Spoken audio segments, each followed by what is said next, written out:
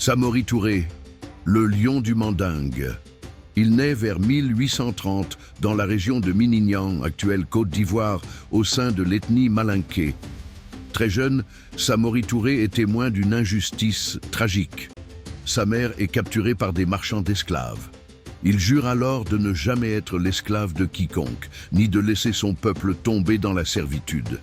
Il commence sa vie adulte comme commerçant, puis guerrier, et devient rapidement un chef respecté. Mais il ne veut pas être un simple chef de village. Il veut unir les siens et les défendre, coûte que coûte. La naissance d'un empire. Au fil des années 1860-1880, Samori Touré fonde un véritable empire, l'Empire Wassoulou, qui s'étend sur une partie du Guinée, du Mali, de la Côte d'Ivoire et du Burkina Faso actuel. Son armée, disciplinée et bien équipée, est composée de dizaines de milliers d'hommes. Il crée des alliances, forge une administration, frappe sa propre monnaie et surtout, fait de la résistance à la domination étrangère le cœur de son règne. Lorsque les troupes françaises commencent leur avance vers l'intérieur du continent, il ne négocie pas la reddition, il prépare la guerre, la résistance d'un géant. Entre 1882 et 1898, Samori livre une guerre de 16 ans aux troupes coloniales françaises. Il est mobile, imprévisible, stratège. Face aux canons modernes, il adopte la guérilla, se replie, contre-attaque. Il déplace même la capitale de son empire pour continuer la lutte plus à l'est.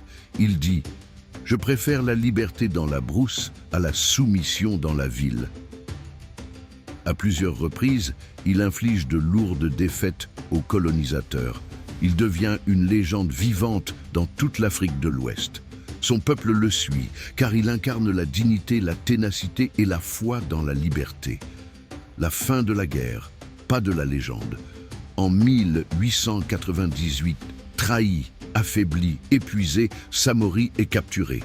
Les Français n'osent pas le tuer. Ils préfèrent l'exiler à Gabon, loin de son peuple, loin de ses terres.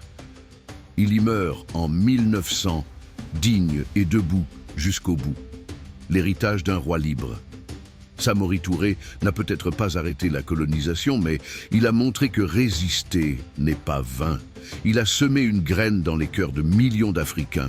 La conviction que l'Afrique peut dire non, peut s'unir et peut se battre pour sa souveraineté.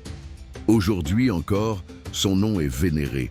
Son petit-fils, Sékou Touré, deviendra le premier président de la Guinée indépendante. Samori Touré, c'est le symbole d'un refus absolu de la servitude